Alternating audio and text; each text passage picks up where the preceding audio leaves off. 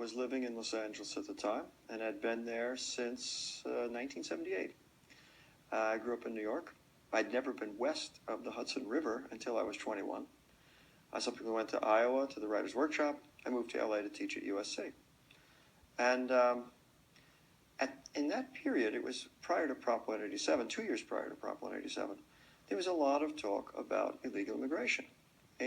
Probably the LA Times every other day had an article about Mexican culture, about people in gated communities, back and forth.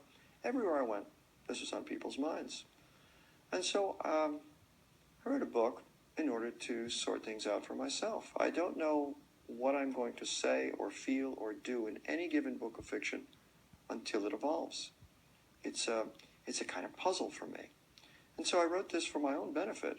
And of course, it's been amazing to me that it spoke so directly to an issue that people have adopted it, not only throughout this country, but throughout the world, as an essential text.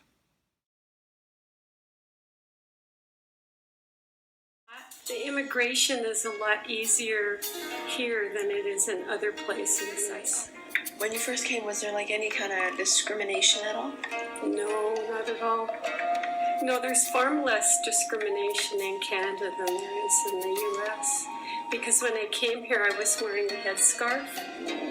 And in Missouri, it was really hard to get a job, and people always said really rude, racist stuff. But here, I never ran into that.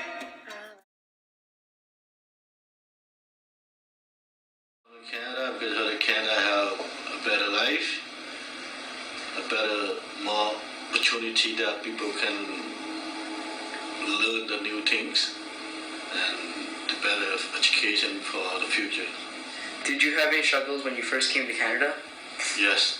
The first time I came to Canada, I was struggle with, first thing is the language, because English is as my second language, and I have to go to vocational school to learn all the English, and then I upgrade all my education, and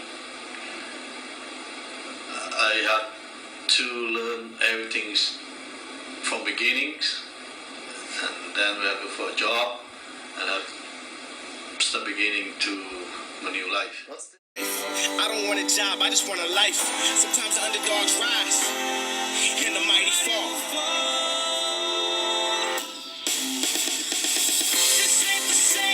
Song that you used to know, 'cause Jack left Diane 30 years ago. The world is spinning too fast for you and me, so tell me whatever happened to the American dream.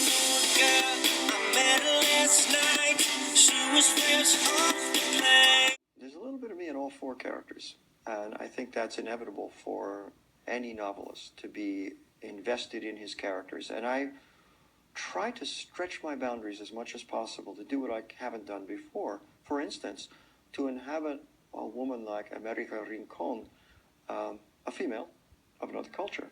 Can I do that? Can I make that convincing? And I think testimony to the power of the book, that it riled up so many people in so many ways. But I think people look at the book and they see it from their own point of view, and they believe that I'm their advocate, so that the racists believe that I'm their advocate. The liberals believe that I'm their advocate, although, of course, they attack me because I seem like an apostate because I'm making fun of certain liberal values, in the case of Delaney, for instance. The people who most upset me are the nunnery of the politically correct, these people who feel that they can control what we can say and what we can't, in the interest, of course, ultimately, of having a more multicultural society. But in fact, it's become a kind of orthodoxy in itself. So that they were absurd enough to say that I have no right to write from the point of view of a Mexican immigrant because I'm not Mexican.